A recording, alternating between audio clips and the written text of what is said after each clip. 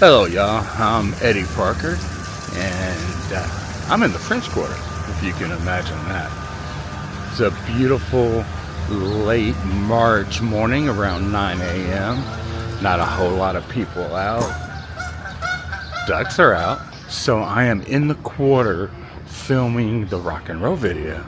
I'm going to some Matassa studios where Fats Domino and Little Richard, amongst others,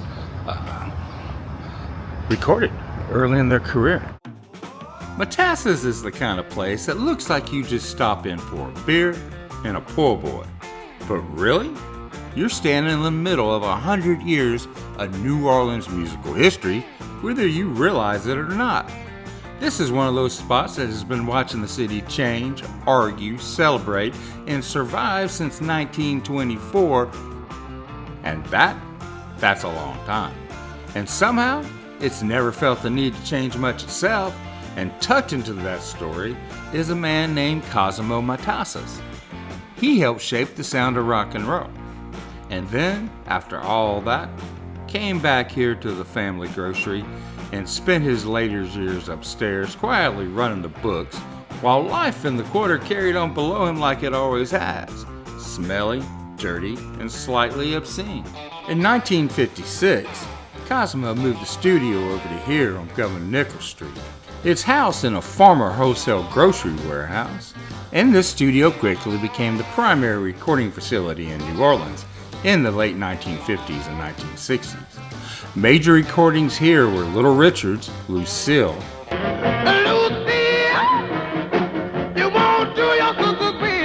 and Good Golly Miss Molly. The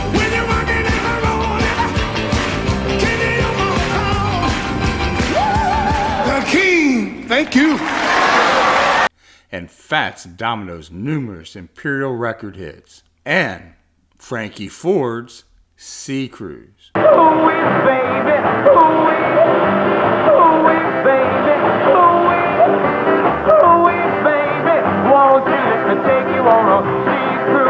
One of my favorite songs was recorded right here, and I'm finally going to get a chance to talk about it. It's raining so hard, look like it's gonna rain all night, and this is the time I'd love to be holding you tight. That, my friends, if you don't know, is Irma Thomas. She is the soul queen of New Orleans, and I feel honored to be telling you her story. This is the time I'd love to be holding you tight. I guess I'll just go crazy tonight. By the time Miss Thompson walks into this studio on Governor Nichols Street in the French Quarter in 1961, she isn't some wide-eyed kid chasing a record deal. She's already lived a life most singers only pretend to understand. Born in rural Louisiana and raised in a world where nothing came easy, she's a teenage wife, a young mother, and a working woman before she's ever a recording artist. Music isn't a dream for her. It's leverage. It's survival. When she wins a talent contest and cuts her first sides, there's no illusion about overnight success. She builds it the hard way, gig by gig, note by note, earning a reputation as someone who doesn't just sing songs. She inhabits them with a kind of quiet authority that can't be faked. Counting every drop, about to blow my top. I wish this rain would hurry up and stop.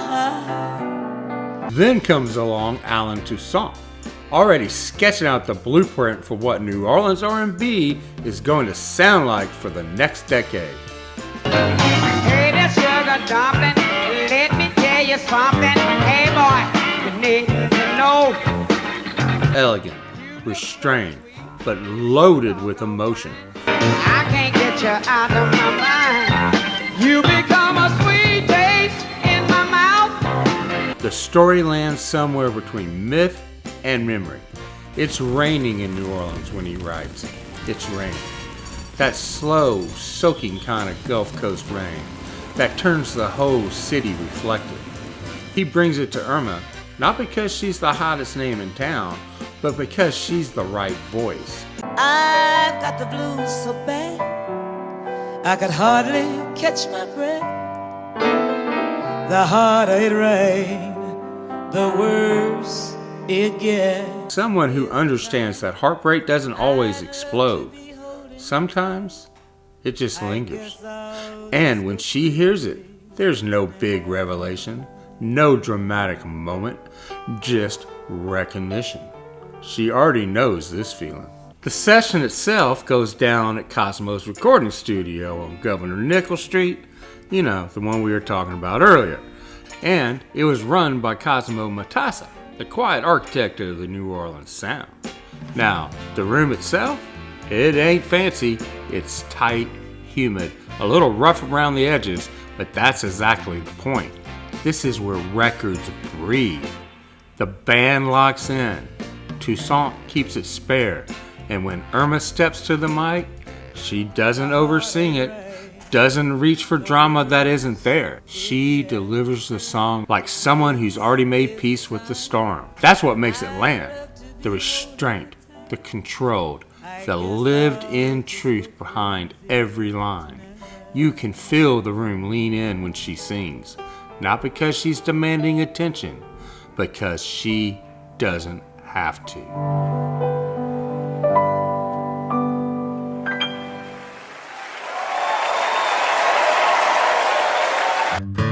I'm going to show you something really cool.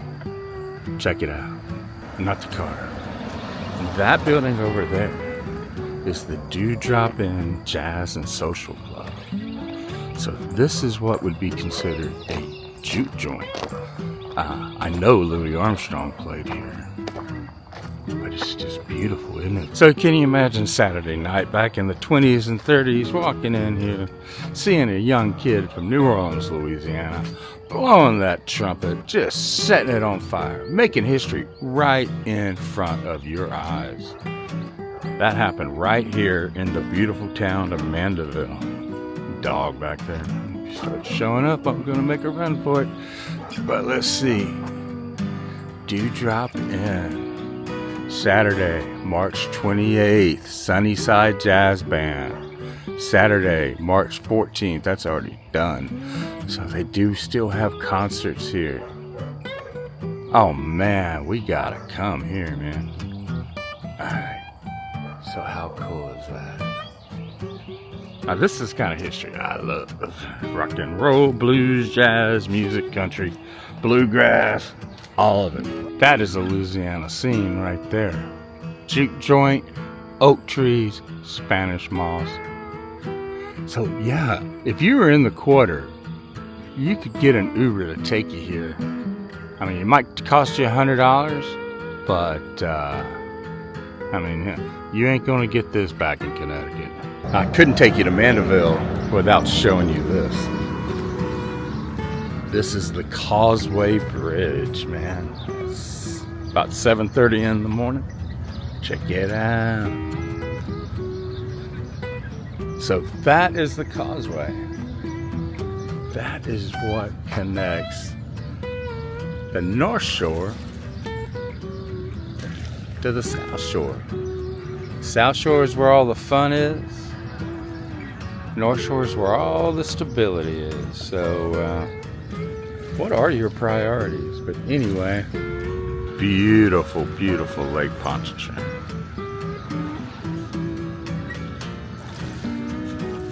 Very peaceful. You hear the lapping of the water. Also, if I'm in Mandeville, I got to show you this.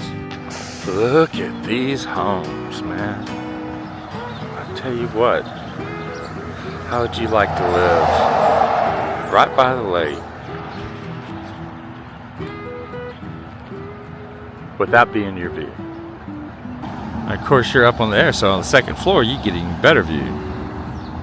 But yeah, this whole street right by the lake in Mandeville is filled with beautiful homes after beautiful homes.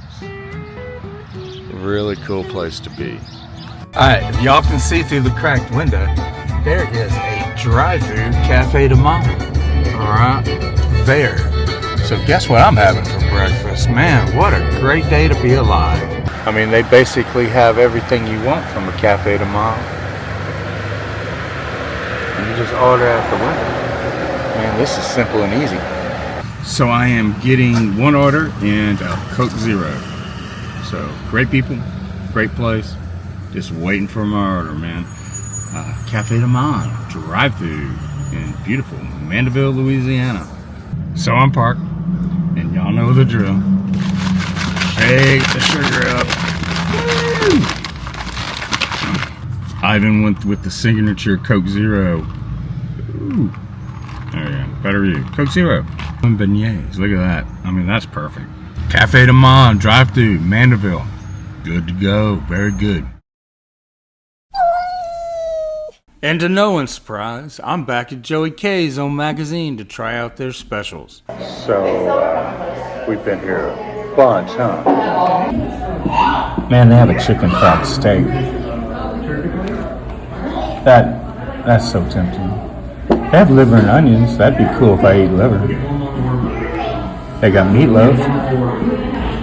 I always love this place. All your fried shrimps.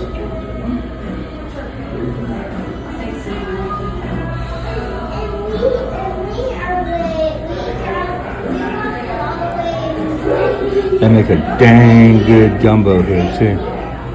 They got po' boys, and there's all their specials. And they have salads. Alright, check it out.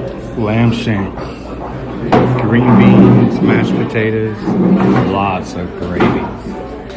Alright, so when you're in Rome, do what the Romans do. So we're going to use crystal. See if I burst into flames.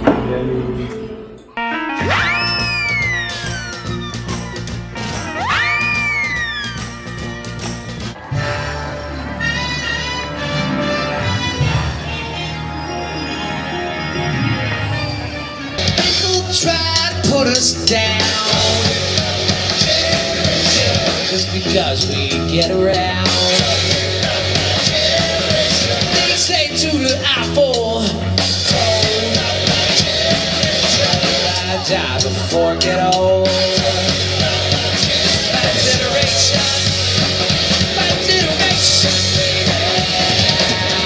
Don't all fade away.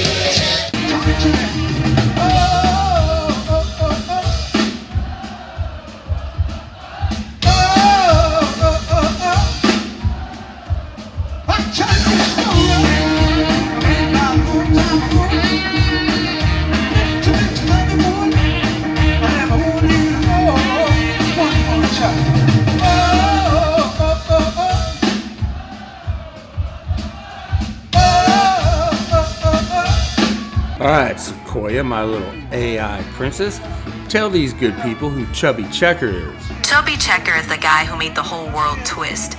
Back in the early 60s, he took a dance called the twist and turned it into a cultural phenomenon. With his 1960 cover of the song The Twist, he got everyone from teenagers to their parents dancing. He's also the only artist to have a song hit #1 in 2 separate runs, both in 1960 and again in 1962. In short, if you've ever twisted the night away, you owe him a spin. What is his importance in the history of rock and roll? Chubby Checker's importance lies in how he brought dance directly into rock and roll culture. Before him, people danced mostly with partners in specific patterns.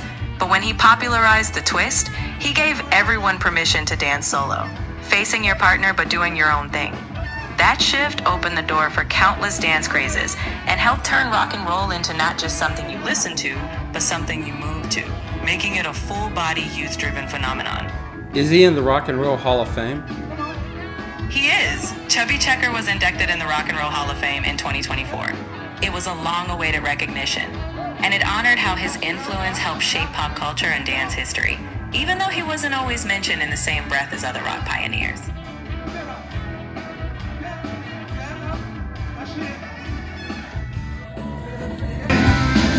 Well, they got a new dance and it goes like this. The name of the dance is a peppermint twist.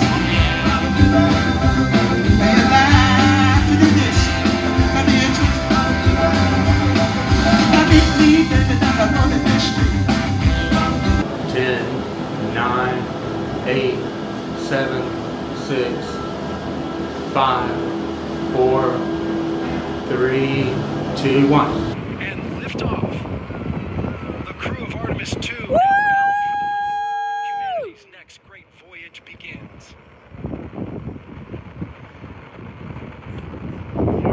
Good roll pitch. Roger, Houston now controlling the flight of integrity on the Artemis II mission around the moon. All right, Sequoia, tell me about the National World War II Museum in New Orleans. The National World War II Museum in New Orleans is a powerhouse of history. It tells the story of the American experience in World War II, from the battles abroad to the efforts on the home front. What makes it unique is that it's right there in New Orleans, partly because the Higgins boats, those crucial landing craft, were built in the city. The museum is immersive, with exhibits that put you right in the action, from the Pacific Islands to the beaches of Normandy. It's a sobering, powerful place that connects you to the stories of those who served and sacrificed. Tell me about the Higgins boats. Higgins boats, officially known as LCVPs, Landing Craft Vehicle Personnel, were a game changer in World War II. Designed by New Orleans-based boat builder Andrew Higgins, these flat-bottom crafts could run right up onto a beach and drop a ramp, allowing troops and equipment to storm ashore quickly. Without them, amphibious landings like D-Day would have been far more difficult. Eisenhower even said Higgins won the war for us. The boats were simple, rugged, and could carry 36 soldiers, helping to make Allied victories possible. Higgins boats were used in both the European and Pacific theaters. In Europe, they were vital for landings like Normandy. In the Pacific, they helped island hop from places like Guadalcanal to Iwo Jima.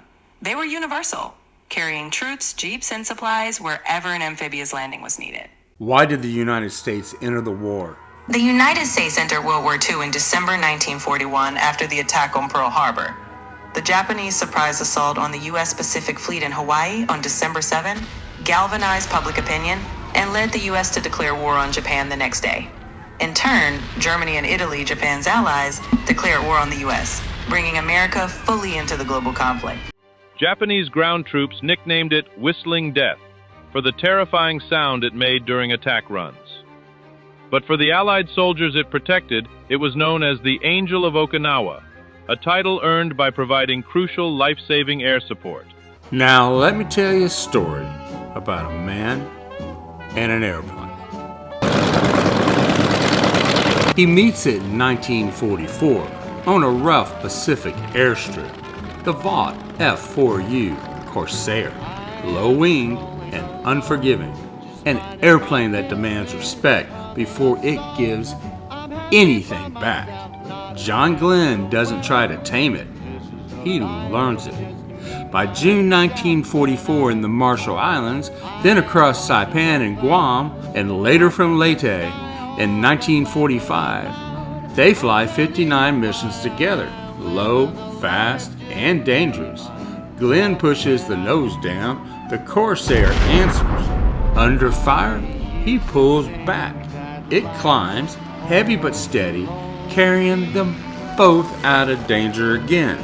At first, he flies the plane. Then, he trusts it. No heroics, just repetition. Takeoff, target,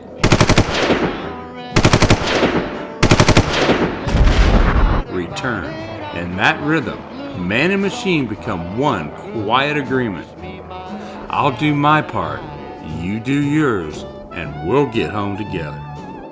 Years later, the airplane is gone, but the lessons aren't. Inside the cramped capsule of Friendship 7 during the Mercury Atlas 6 mission on February 20th, 1962, John Glenn faces something just as unforgiving. There's no room for panic, no space for doubt, only the same steady hands, the same trust in the machine, the same discipline forged over the Pacific skies. And just like before, he does his part. The machine does the rest. And this time, instead of bringing him home across an ocean, Godspeed, John Glenn.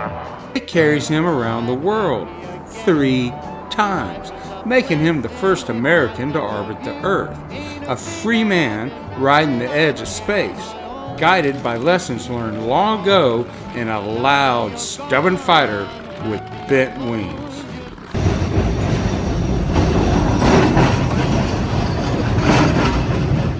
I was just out at the Audubon Zoo, and it led me to thinking about the early 70s when they called this place an animal ghetto. And with good reason. The living conditions were out of date, to say the very least. In the 1980s, they would improve that in a remodeling effort, but not before a movie called Cat People was shot there in 1982.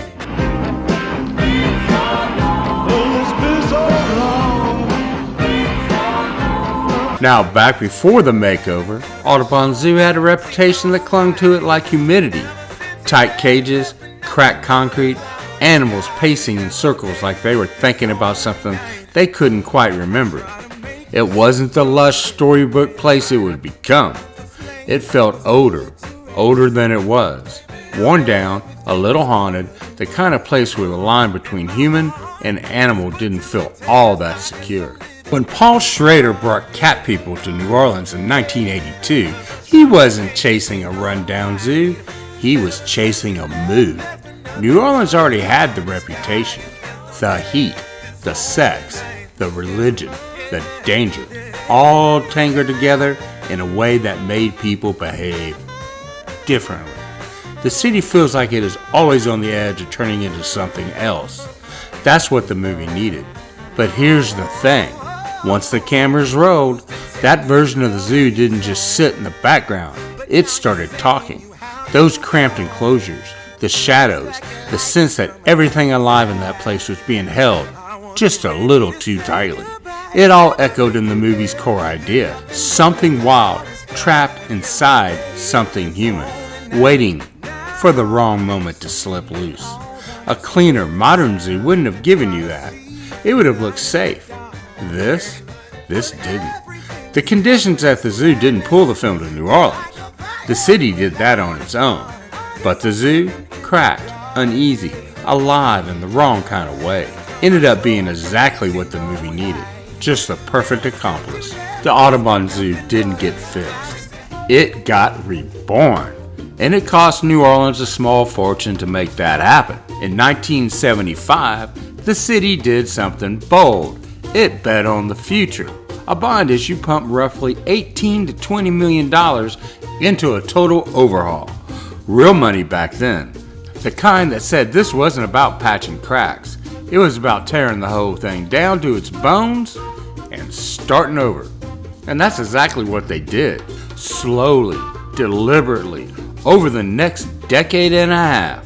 Through the late 1970s and deep into the 1980s, the zoo became a construction zone with a vision. Old cages disappearing, new habitats rising. The place caught in that strange in-between where you could still see the past clinging to the edges while the future pushed its way in. The operation found its backbone under the Audubon Nature Institute, a shift that mattered more than any single exhibit. This wasn't City Hall running a zoo anymore. This was a professional outfit thinking in terms of ecosystems, animal behavior, and long-term care. The philosophy changed. Out went the bars, in came moats, open spaces, and environments that tried, at least in spirit, to resemble the real world. You got the Louisiana swamp, humid and tangled and close to home. You got African savanna concepts, animals sharing space instead of pacing alone. It lined up with what the best zoos in the country were doing, and just like that, Audubon wasn't an embarrassment anymore. It was part of the conversation again. Today, that transformation still defines how the zoo operates. It's fully accredited by the Association of Zoos and Aquariums, a credential held by only a small percentage of animal institutions in the country. And that tells you a lot about how animals are treated inside the gates. We're talking structured enrichment programs, veterinary care, habit design built around behavior instead of display. Animals aren't just exhibited, they're managed, studied, and at least within the limits of captivity, given space to act like themselves. It's not wilderness and nobody seriously pretends it is, but it's a long way from still cages and pacing loops. As for where it stands nationally, Audubon Zoo sits in that solid upper tier. Not quite the headlining giants like San Diego or the Bronx, but firmly respected, especially in the South. Its long-standing AZA accreditation dating back to the early 1980s puts it among a relatively small group of zoos that meet the highest professional standards.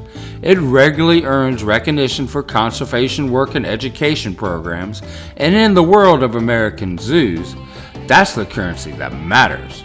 So what you have now is the result of a 15-year gamble that paid off. A place that clawed its way out of obsolescence and reinvented itself into something modern, credible, and by most measures, well run. The ghosts of the old zoo are still there if you know where to look, but they're buried under trees, water, and a carefully constructed illusion that, for a moment, lets you forget you're in the middle of New Orleans at all.